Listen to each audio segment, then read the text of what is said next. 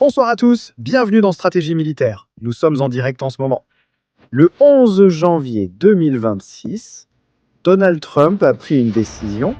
Nous allons aider le peuple iranien à se libérer de la tyrannie des ayatollahs.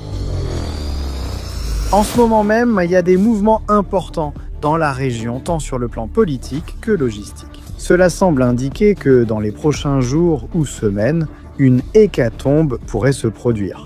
Un séisme géopolitique à l'échelle internationale. Et en effet, le régime des ayatollahs, qui règne sur l'ancienne Perse depuis les années 80, est arrivé ou est sur le point d'arriver à sa fin. Tous les détails de ce qui se passe ce soir en direct. Nous identifions les objectifs pour faire tomber la dictature en Iran, ici, dans les stratégies militaires. Nous commençons.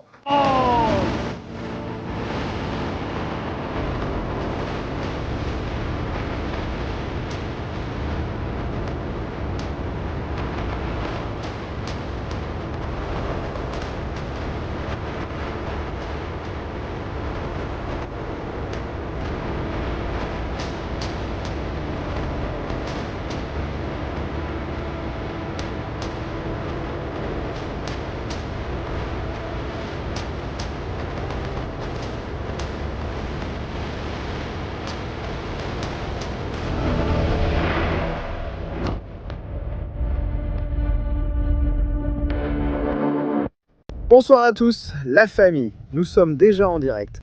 Une autre émission, un autre jour, un autre moment de l'histoire, un autre petit morceau de l'histoire de ce 21e siècle, qui, en plus, nous apporte des choses difficiles que nous avons vécues ensemble, comme le 7 octobre, mais aussi des opportunités d'espérance pour un nouveau monde. Un monde éloigné de la tyrannie, éloigné de la dictature, éloigné de tout cela qu'on veut nous imposer par la force contre nos principes de liberté. Liberté en tant qu'être humain, liberté d'expression, liberté de pouvoir, décider de nos vies comme nous le souhaitons. Cela va bien au-delà du bien et du mal, c'est quelque chose de beaucoup plus profond. Depuis sa création, l'être humain lutte constamment contre lui-même.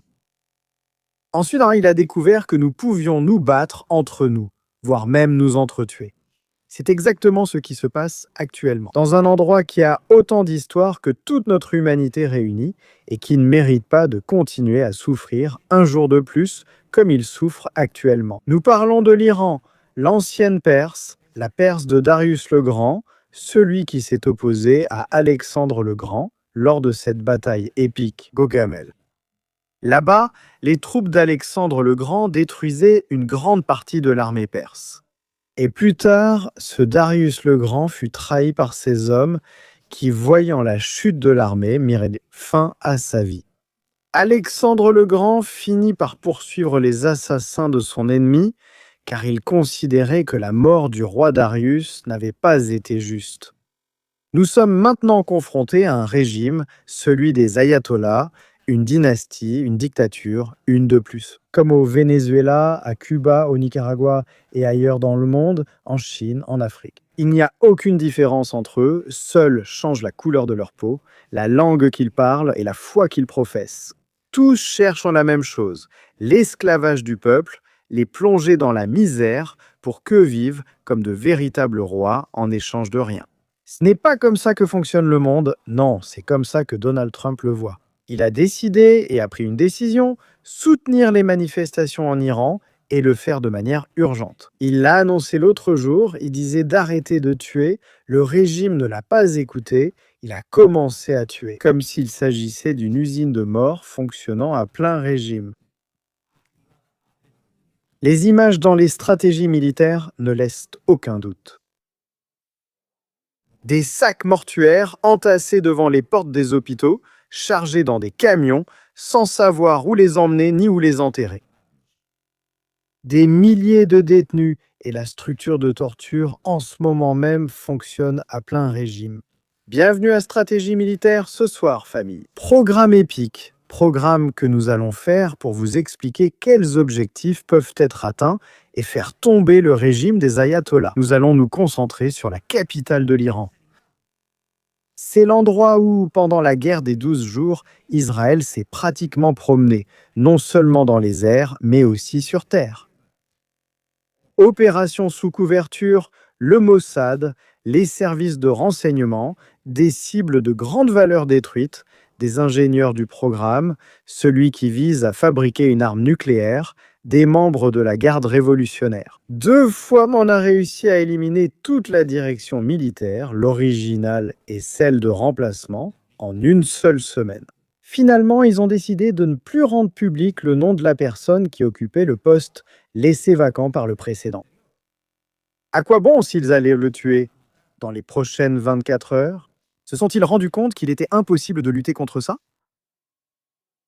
Préparez-vous pour la carte qu'on prépare.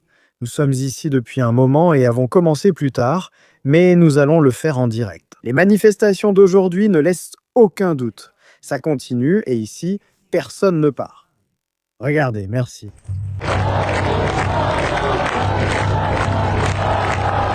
Les banques sont hors service, les magasins fermés, la nourriture manque et certains quartiers de Téhéran subissent des coupures de courant. Partout dans le pays, il y a des coupures, pas d'eau, pas de service de base, ni de chauffage.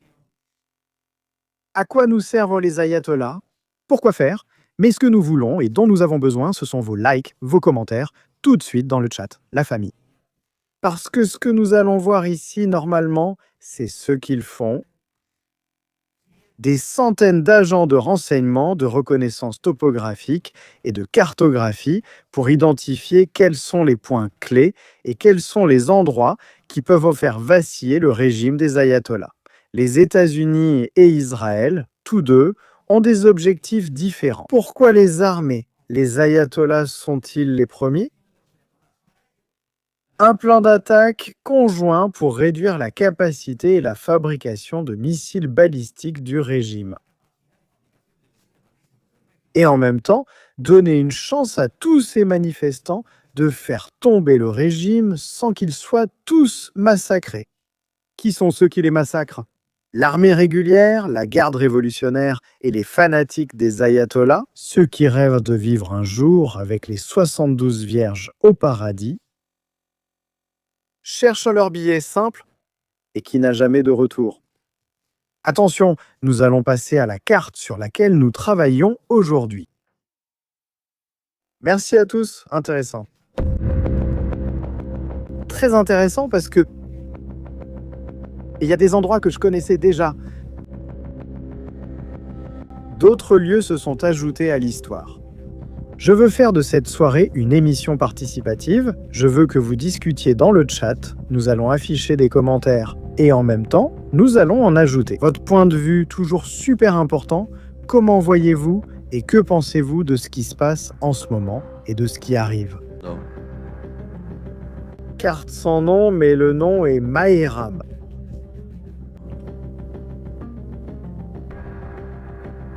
Nous sommes prêts, allons-y.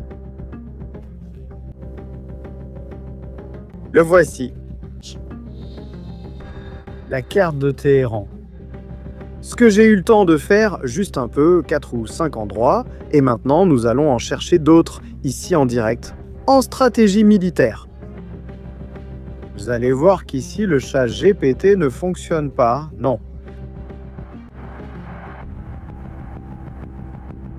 Ça ne fonctionne pas du tout. Bien, qu'est-ce qu'on a ici? Nous avons quelques endroits qui sont intéressants. Continuons avec intrigue. Usines, bases, entrepôts, arsenaux, installations souterraines. Qu'est-ce que les États-Unis pourraient attaquer et de quoi ont-ils besoin pour les attaquer?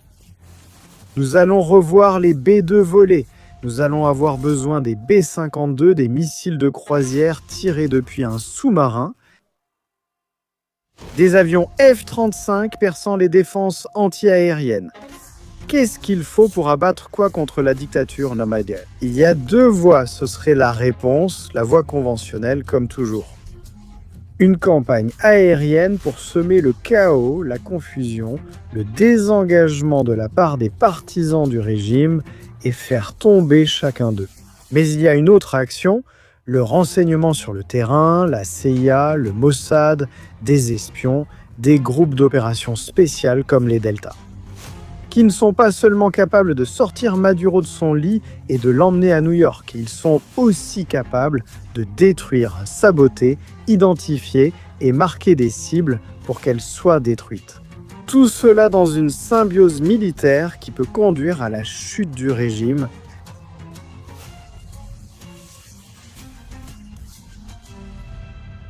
C'est là Téhéran, la capitale, est l'endroit où en ce moment même se concentre le plus grand effort de la part des manifestants. Elle est gigantesque, c'est quelque chose d'énorme, c'est une ville entourée de montagnes et qui possède une périphérie très particulière. Nous savons que ceux du régime aiment s'enterrer sous terre, se cacher comme des rats. Elle est creuse à l'intérieur, il y a des bunkers sous les centres commerciaux.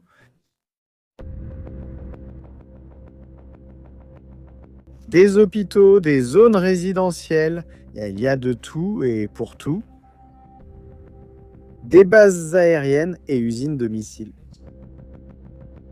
Une véritable folie. Nous allons commencer à regarder des endroits. Peut-être devrions-nous voir le tout premier ou l'un des plus importants. Merci à tous. Le commandement général des forces armées est un complexe où l'élite de l'armée vit, déconnectée du reste du pays. De là, ils gouvernent et prennent des décisions, ce complexe que vous voyez. Merci à tous. Ici, nous voyons les célèbres véhicules qu'ils utilisent pour attaquer les gens dans les rues, les enlever et les torturer. Bien, cet endroit pourrait très bien être utilisé par les États-Unis d'Amérique pour donner une correction au régime. Détruire la capacité et la mobilité de ces véhicules, renforcer leur morale et leur dire que ceux qui protestent sur le terrain ne sont pas seuls. Le commandement général des forces armées d'Iran, cette zone que nous voyons ici, merci à tous.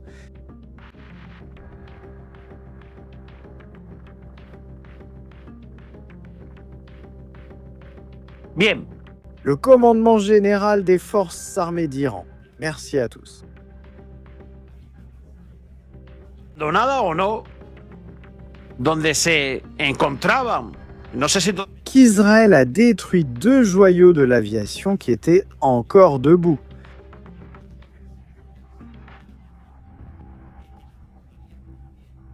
Nous évoquons cette base aérienne, un lieu sombre et sinistre. Officiellement, c'est un musée, mais ce n'en est pas vraiment un. Des avions cargo arrivent ici de l'étranger. Et il y a des entrepôts de munitions à l'intérieur. Regardez par curiosité, à quel bijou faisais-je référence? On adore Maverick, on adore Top Gun, et ça là-bas, c'est un F-14, ce n'est pas un Tomcat. C'est la toute première version du F-14, plus ancienne que le Tomcat. Il ne peut même pas voler. Qui l'aurait cru? Des avions de fabrication soviétique à côté de l'Aigle Rapace. Plus destructrice ou l'une des plus destructrices de la guerre froide? Incroyable, merci à tous pour cette base.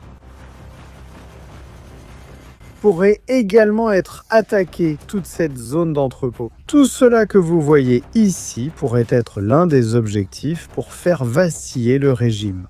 Au moins qu'ils n'attaquent pas la population civile avec autant de virulence. Merci à tous.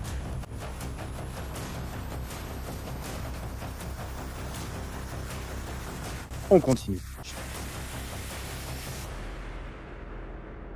Nous allons dans un lieu d'intérêt pour Israël. La fabrication des missiles. Oui, c'est ce qui nous inquiète tous et qui fait tellement peur à beaucoup de gens. Abonne-toi. Dernièrement, le régime iranien, sachant tous les problèmes liés aux scientifiques et que sortir des lieux où ils travaillent, c'est s'exposer au Mossad. Ils ont décidé de construire des villes pour tout le programme de missiles et pour tout le programme nucléaire. Là-bas, ils vivent avec leur famille, ont leur résidence et mènent leur vie comme dans un autre pays. Eh bien, ce que vous voyez ici, même si cela ne vous semble pas être tout, c'est un complexe. Un conglomérat de vie pour fabriquer des missiles, fabriquer la mort, on pourrait l'appeler ainsi. Regardez, ici à certains endroits et à certains points, ce que nous pouvons voir, c'est la construction. 24 heures de nouvelles installations pour la fabrication de missiles balistiques, ceux qui font si peur, comme je l'ai dit, et qui sont si dangereux. Dans ces endroits, on construit, on développe, on conçoit et on teste. On voit ici certains qui ont été laissés à l'air libre par là. C'est Heroes, regardant avec beaucoup d'attention toutes les informations que nous donnons. Et c'est tellement important. Ces endroits pourraient être attaqués. Aussi faire d'une pierre deux coups. Vous voyez ici même comment ils construisaient déjà des installations souterraines. Tout était prêt. Ces montagnes, montagnes de la terreur, toutes cachent des secrets. Plus d'installations, plus d'endroits. Résidence de hauts dignitaires. Cachés, éloignés de la réalité du peuple.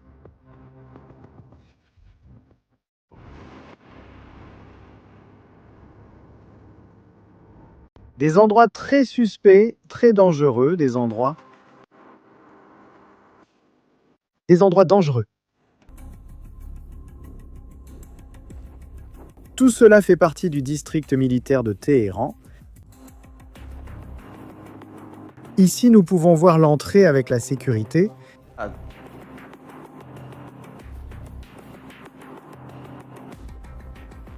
Des bases militaires. Cela pourrait être une grande partie de leur objectif, éliminer toute la capacité du régime et pouvoir donner de l'oxygène aux manifestants. Curieux, hein? On continue un peu plus à droite. Israël devient complètement fou. Par qui est né? Un de plus. C'est ici qu'une grande partie du programme nucléaire iranien prend forme. Des tests du détonateur ont été réalisés. Des tests avec de la radioactivité ont été effectués. Israël l'a attaqué à l'époque. Il pourrait maintenant être effacé ou détruit de la surface de la Terre. Parchin, prenez note de cet endroit. Nous voyons des commentaires, nous voyons des super chats pendant que nous parlons. Votre participation est vraiment intéressante aujourd'hui. La famille. Et en plus, nous allons clarifier s'il y a des mouvements militaires ou non. S'ils disent qu'il n'y a pas de mouvement militaire, qu'il ne se passe rien. Nous allons voir si c'est le cas ou non. Au fait, je veux vérifier quelque chose. D'accord, c'est bon? Je vois qu'il y a des gens qui deviennent nerveux dans le chat. Il y a quelques gauchistes pro-iraniens qui sont un peu nerveux. Restez calme, ça ne va pas faire mal, c'est rapide. Un flash et vous serez déjà aux îles Vierges où tout le monde vous attend. Alors courage par ici. Rendez-vous compte que l'industrie, ou une grande partie de l'industrie, n'est pas là pour fabriquer des biens civils, ce sont des équipements militaires. Regardez, encore une base militaire. Celle-ci, ici, une partie du complexe, encore une fois.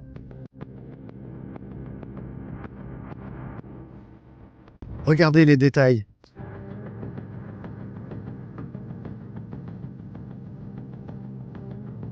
Regarde.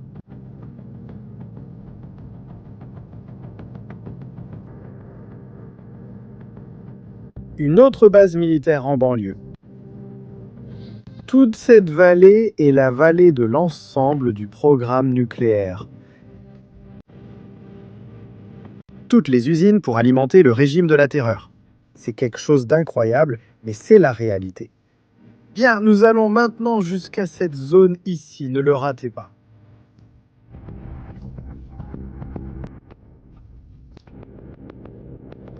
L'une des usines désignées par Israël comme l'une des plus dangereuses dans la fabrication de missiles.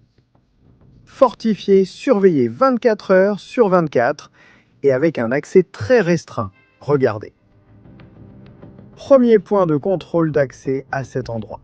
Ici, les travailleurs doivent laisser leur voiture et être emmenés dans la zone de travail en bus. Ils ne peuvent pas entrer avec leur voiture personnelle, c'est interdit, les voitures doivent rester là. Pourquoi? Parce qu'ils craignent quelqu'un. Qui? Israël? Él.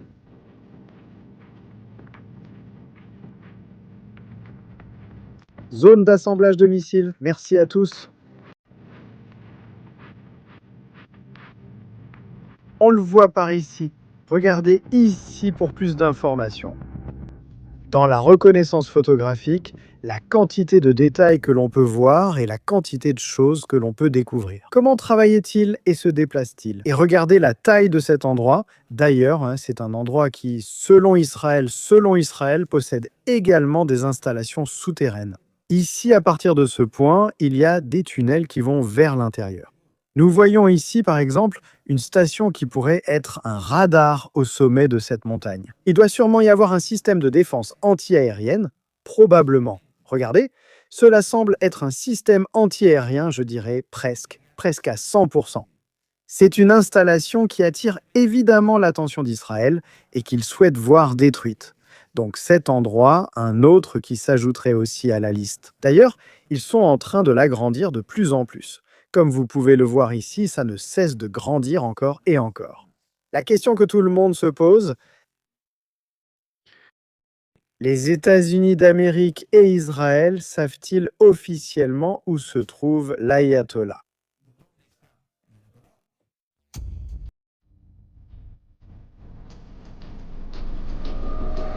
C'est une très bonne question.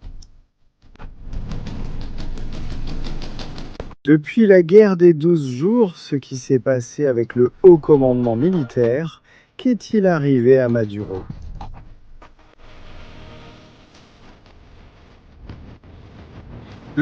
Le monde se pose la question. Officiellement, Israël et les États-Unis savent où ils se trouvent à chaque instant. Donc,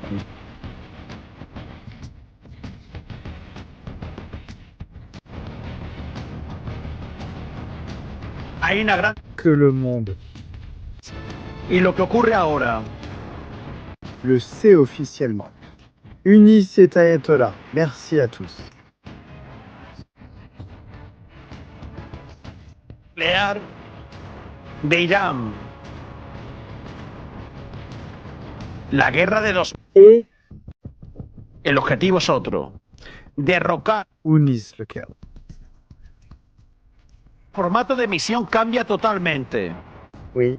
Certaines armes déjà utilisées seront employées, mais l'objectif principal est l'élimination sélective des dirigeants. Où sont-ils? Où se cachent-ils au nord de Téhéran? Merci à tous pour ce quartier que nous voyons ici.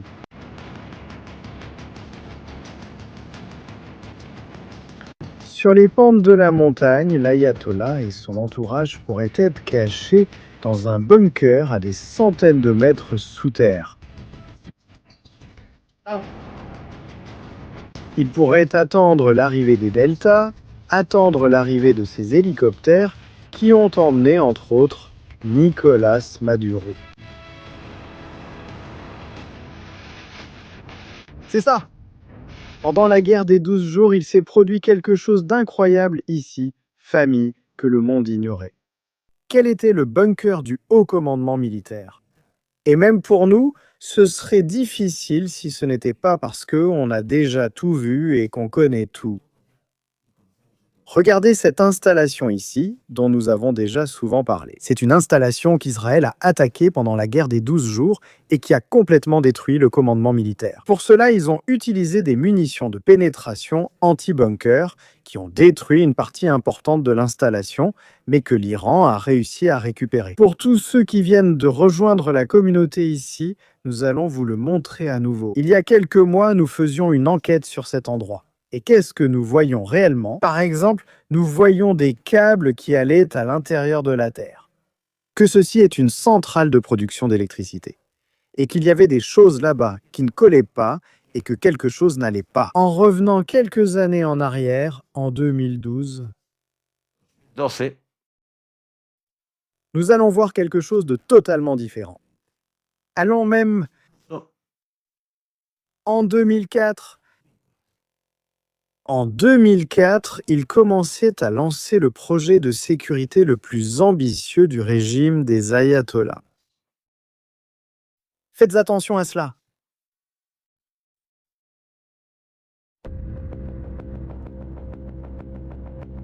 Sur les pentes enneigées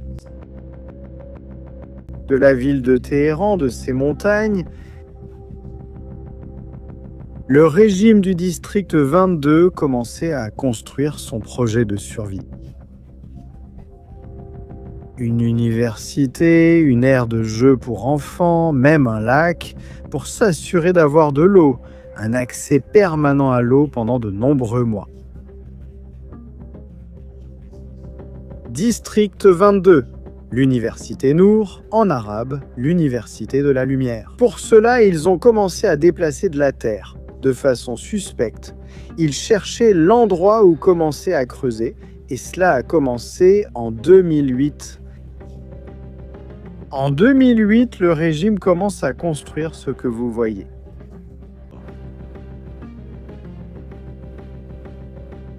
Le fort Tuna du régime des ayatollahs. Regardez bien les images satellites que nous allons voir maintenant et tous les détails. Regardez ce point blanc à mi-hauteur de la montagne. Parce qu'ensuite, ce sera la clé pour comprendre ce qui s'est passé là-bas. 2008. 8. Nous voyons comment les tunnels sont en train d'être construits, puis nous voyons une entrée à cet endroit. Nous constatons aussi que d'autres entrées sont créées ailleurs sur la montagne. Que toute cette zone est en train d'être creusée jusqu'aux profondeurs. Unidades. 24 heures de travail sans arrêt, même pas le parc. Même le parc où se promènent les citoyens de Téhéran n'avait pas encore été construit. D'ailleurs, pas très loin de l'endroit où Ismaël Janiya a entrepris son voyage vers l'au-delà, cette zone est celle de la garde révolutionnaire, la même zone où ils ont emporté Janiya. Bien, on continue par ici. Regardez, regardez. Merci à tous. Regardez, le nombre de tunnels.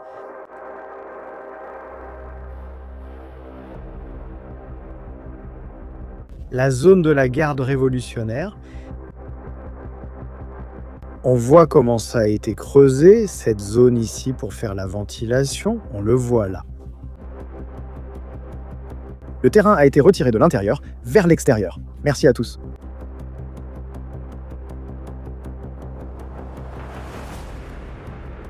Regardez, hein? L'évolution.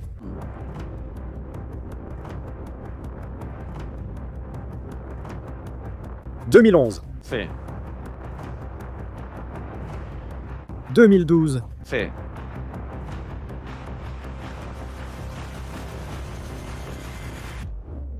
Regardez. Comme certains endroits étaient ouverts auparavant, ils ont commencé à être bouchés. L'entrée de cette zone était déjà bouchée. Tu le vois ici? Elle avait été renforcée en plus avec du béton armé. Vous voyez les systèmes de conduite et de canalisation. Merci à tous.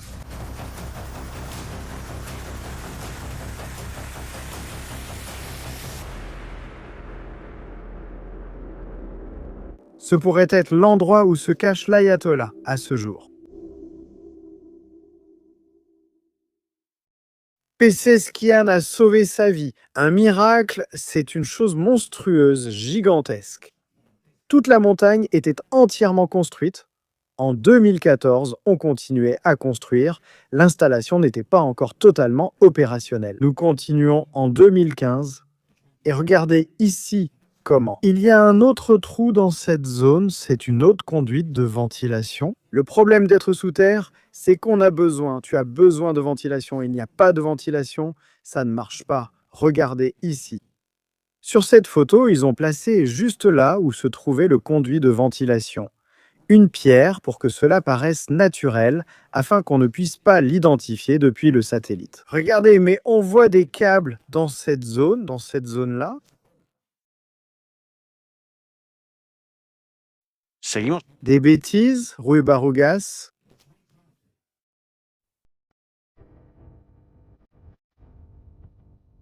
Sise. Cela prend des années à construire. Ce n'est pas un projet qui naît en un jour. Pendant ce temps, le quartier que nous voyons en construction est déjà terminé. Le fameux lac, c'est d'ici qu'ils prennent l'eau pour le bunker. Tout était bien pensé et tout bien caché, une sorte de lac de loisirs, même avec une plage. Vous le voyez là? Pour ne pas attirer l'attention. Incroyable, n'est-ce pas? Eh bien, ils continuaient à creuser et à creuser par ici. Cherchons des images plus récentes. 2019. 19.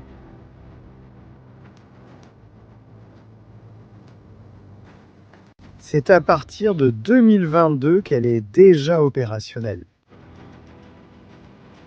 Vous voyez, ici, il y a aussi une conduite pour l'eau qui descend de la montagne. Toute la zone est préparée et actuellement, elle ressemble à ça, vous voyez. Ici, l'Ayatollah, peut-être, c'est un des endroits, pas le seul.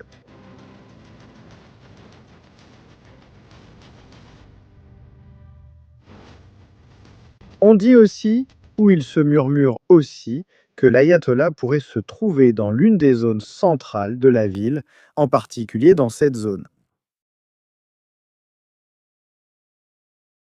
Bien sûr, il doit sûrement avoir différentes résidences et on le déplace d'un endroit à l'autre.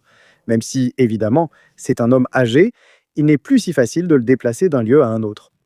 Il est aussi possible qu'il l'ait alors fait sortir de Téhéran, qu'il l'ait emmené plus au nord, près de la mer Caspienne, une sorte de sortie directe vers la Russie, au cas où la tyrannie tomberait. Serait-ce ce que nous voyons ici? C'est aussi une zone intéressante de la ville, un autre point.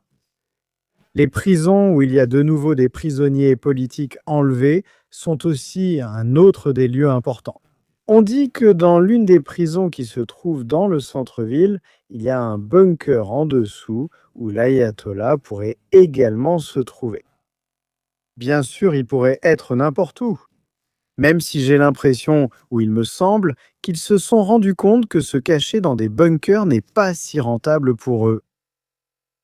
Nasrallah, ça ne lui a pas été rentable, Maduro non plus, aucun d'entre eux n'en a tiré profit. Il est donc probable, ou très possible, qu'ils déplacent l'ayatollah d'un endroit à un autre sous terre. C'est possible, il se peut qu'ils utilisent un tas de tunnels sous la ville pour pouvoir se cacher. Mais la réponse peut arriver à tout moment. Tout cela est hallucinant, regardez le nombre d'endroits. Et quand le régime des ayatollahs tombera, parce qu'il va tomber. Parce que je crois qu'il n'y a plus de retour en arrière, et parce que je pense aussi que les États-Unis sont intéressés à ce qu'il tombe. Quand nous découvrirons les secrets qui se cachent dans ces bases militaires, nous allons halluciner, regardez par ici. La quantité de véhicules qu'il y a?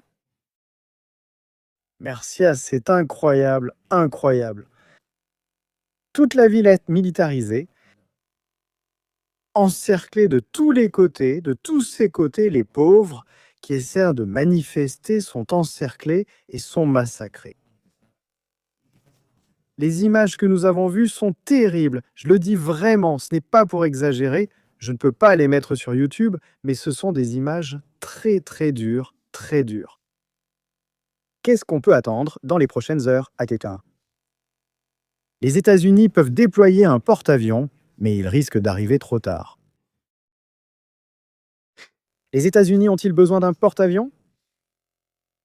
Oui et non, pourquoi? Allons-nous le voir? L'utilisation d'un porte-avions permet aux États-Unis de projeter leurs forces à longue distance. C'est ce que signifie avoir la capacité de frapper avec une puissance de feu colossale à longue distance. Mais Israël n'a pas de porte-avions et pourtant Israël a diminué la capacité offensive de l'Iran. Un porte-avions est-il indispensable dans les conflits actuels? En voyant les capacités de l'Iran, avons-nous vraiment besoin d'attendre le porte-avions? Merci à tous. Le porte-avions a toujours besoin de logistique. Il faut déplacer des navires pour le protéger, des destroyers, il faut déplacer beaucoup de logistique. En revanche, si nous déplaçons une force aérienne puissante près de l'Iran, si nous la combinons avec celle d'Israël et d'autres forces militaires comme le Royaume-Uni, la France, l'Allemagne, est-ce que ce serait suffisant? Probablement, oui. Le porte-avions n'est pas nécessaire, même si, dans toutes les opérations historiques dans le Golfe Persique, il y en a toujours eu un ou deux, au minimum, il y en a toujours eu. Lors de la guerre des 12 jours, des porte-avions ont été déployés. Il y a également eu un déploiement très important. Des systèmes de défense, des systèmes anti-aériens, des destroyers. Merci à tous. Et si l'option était de décapiter le régime lors d'une opération, elle est simple. À Donald Trump, regardez. Il n'aime pas les guerres longues, la guerre de 12 jours, l'intervention des États-Unis militairement, offensivement. Ce fut une soirée, merci à tous. Guerre du Venezuela. Minuit 45 minutes, la guerre est terminée. Il n'aime pas. Il n'en a pas besoin. Par conséquent, la nécessité d'un porte-avions serait pour une opération de longue durée ou sur une longue période de temps. Ici, ce n'est pas le cas. L'objectif est clair, renverser le régime, ne pas détruire l'infrastructure du régime, ne pas détruire les raffineries, ne pas détruire les centrales nucléaires. Ce n'est pas l'objectif maintenant, l'objectif est différent maintenant. Merci à tous pour ce que vous voyez. Regardez cette image. Merci à tous. Ces drones américains peuvent être la clé pour attaquer. Faible coût et grande létalité. Ils pourraient les utiliser plutôt que des missiles de croisière et se concentrer sur le lancement de drones. Où est la garde révolutionnaire? Utiliser des drones pour attaquer des cibles spécifiques. Ou envoyer des deltas et chercher la tête de l'ayatollah. C'est possible, c'est possible. Moi, franchement, je ne sais pas. Tout ça me déroute. Tout ça me déroute parce que... Ça paraît étrange, non? D'abord, au mois de juin 2025, on ne voulait pas mettre fin au régime et maintenant, oui, quelque chose a dû changer. Qu'a dit Marshall Biggins? Allons voir.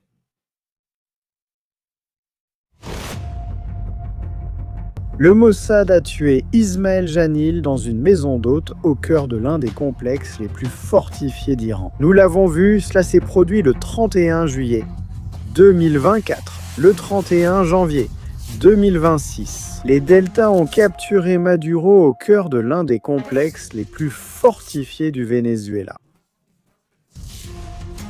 L'ayatollah devrait faire très attention en menaçant les États-Unis ou Israël. Qu'en pensez-vous? Pensez-vous qu'ils iront jusqu'à mourir en combattant ou que va-t-il se passer? Regardons votre super chat. Merci stratégie, c'est ce qu'on nous dit ici. Merci à tous pour vos commentaires. Vive la liberté, vive Cuba libre. Seule la vérité nous libérera. Commençons. Manuel, merci beaucoup José, merci infiniment. Tu es le meilleur, j'adore ton honnêteté et le fait que tu dises la vérité. Je vais toujours raconter ce qu'il y a, que ça nous plaise ou non. Je ne viens pas ici pour maquiller qui que ce soit, Pour ça, il y a déjà des commerces et des endroits où on maquille les gens, mais pas ici. Alina, merci beaucoup Alina de Azua, salutations stratège, depuis Legit Hackers. Andrea Stratège, salut ton travail dernièrement, félicitations. Merci Andrea, comme toujours tu travailles jour après jour. Sendawe, merci beaucoup Simitraji, nous sommes avec les femmes guerrières et incroyables iraniennes, merci à tous. Reste ici, nous avons besoin de toi. En tant que modératrice, Maricela, merci beaucoup pour ton super chat. Kevin, nous te souhaitons la bienvenue en tant que super fan numéro 1 des stratégies Abael #1. Manuel, merci beaucoup Willokira, merci beaucoup mon ami, merci pour toutes les informations que tu nous donnes. Willokira possède une chaîne d'informations incroyable appelée Musique pour se détendre, que vous devez absolument découvrir. Willokira a une chaîne de musique. Là-bas, vous pouvez regarder les infos, écouter des stratégies, tout en écoutant Willokira en fond sonore. Carlos, merci beaucoup, bienvenue. Leka, vive Cuba et le Venezuela libre, merci Estratégias, prends bien soin de toi mon frère, bénédiction. Merci beaucoup Alvaro, merci aussi. Eh bien, j'ai une très bonne vidéo. Très bonne, je n'ai pas eu l'occasion de la montrer depuis l'autre jour. Et c'est une vidéo qui est bonne. Je veux le chercher, voir si je l'ai par ici. Nous devons aussi parler de la guerre cybernétique. Pendant la guerre des 12 jours, ces êtres de lumière, les Iraniens se sont retrouvés sans capacité de voir sur leur radar ce qui se passait. Ceci est la caméra de sécurité d'une station radar de la défense antiaérienne iranienne. S'il vous plaît, mettez. Faites attention à ce qui se passe là-bas. Merci à tous.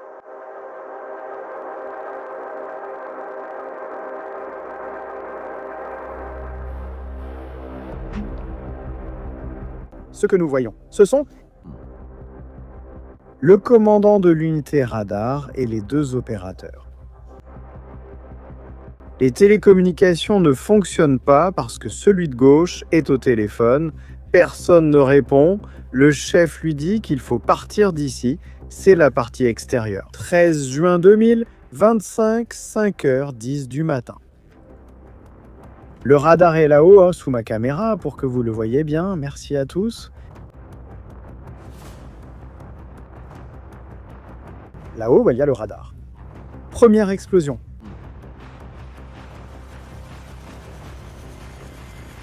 Regardez. Regardez. Sur l'image, ils ont ouvert les systèmes parce que la ventilation de ceux-ci ne fonctionne pas correctement. Ils travaillent à plein rendement. Ces équipements se dégradent, les radars ne fonctionnent pas, il se passe quelque chose. À un moment, ils disent « Je ne vois rien, partons, partons !» Ont-ils vu un écho-radar, quelque chose qui se dirige vers eux? Partons trop tard. Fondu au noir. C'est comme ça que ça fonctionne. Les capacités technologiques des États-Unis et d'Israël sont immensément supérieures. Ici, on le voit à nouveau avec un missile doté d'yeux. Merci à tous.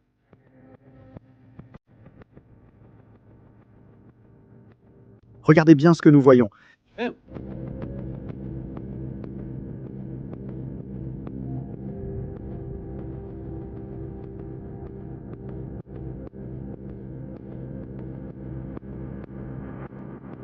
Un autre système antiaérien, un autre radar, qui coule au fond de la mer, c'est incroyable. C'est incroyable. Regardez bien l'image.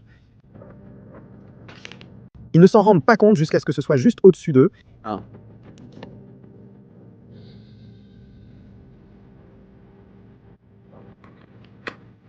Regarde, regarde, regarde. En fait, il y a une personne dehors.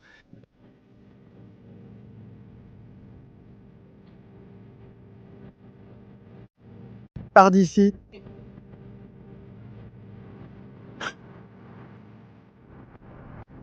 Il est trop tard. Ma mère... Regarde. C'est une moto, c'est une moto. Oui, oui, c'est une moto. Un vélo, c'est une moto. Un vélo. Je n'arrive pas à y croire. Bon, Eh bien, dehors. C'est comme ça que ça marche. Il faut supprimer les défenses anti-aériennes, parce que c'est l'un des principaux problèmes. L'Iran va répondre en lançant des missiles de moyenne ou courte portée. Contre les bases américaines, contre Israël, merci à tous. Il n'y a qu'une seule façon de l'empêcher, arriver avant, attaquer en premier et ne pas leur donner l'opportunité de les surpasser. Regardez tout ce qu'Israël a accompli seul pendant 12 jours. Que peut-il faire maintenant avec le soutien des États-Unis, de l'Amérique? Ça doit être énormément en plus, énormément.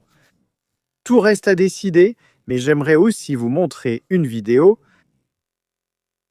Je pense que c'est une vidéo qui est importante. On en parle sur les réseaux sociaux et on se demande si c'est vrai. Est-ce qu'il y a des mouvements ou pas? Est-ce qu'il y a des avions B-2 et des B-52? Que se passe-t-il? Qu'est-ce qui arrive? Il y a des comptes qui disent qu'il n'y a pas de mouvement indiquant qu'une attaque imminente va avoir lieu. C'est ce qui se dit. D'autres personnes disent le contraire. Je vais simplement vous montrer une vidéo pour que vous puissiez voir et tirer vos propres conclusions. C'est un jour et demi des derniers mouvements aériens des États-Unis d'Amérique dans la région en accéléré. Pour que vous puissiez le voir, nous allons le regarder.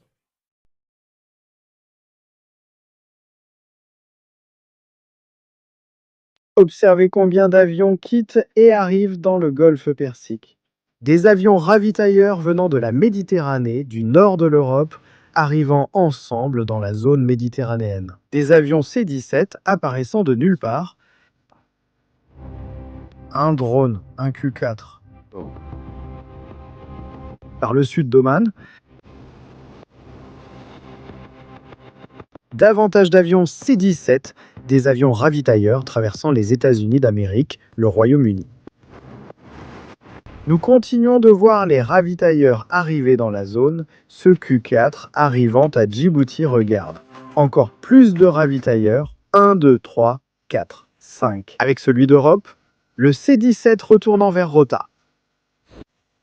Un venant d'Irak, un autre décollant. el dron Q4. À droite, Yémen arrivant à Djibouti. Des avions aussi du Royaume-Uni. Davantage d'avions ravitailleurs traversant l'Atlantique. Et regardez la scène. Si quelqu'un croit qu'il ne se passe rien, eh bien, je ne sais pas. Un P-8 Poséidon est actuellement dans le golfe Persique, près du Yémen. Merci à tous. Zone d'Oman, un autre en Méditerranée. Regardez tout le convoi en haut, dans la zone du Royaume-Uni. 2 autres pétroliers débarquant des avions, d'autres montant dans la zone de la Pologne. Ravitaillant le P-8, merci à tous, c'est incroyable, hein?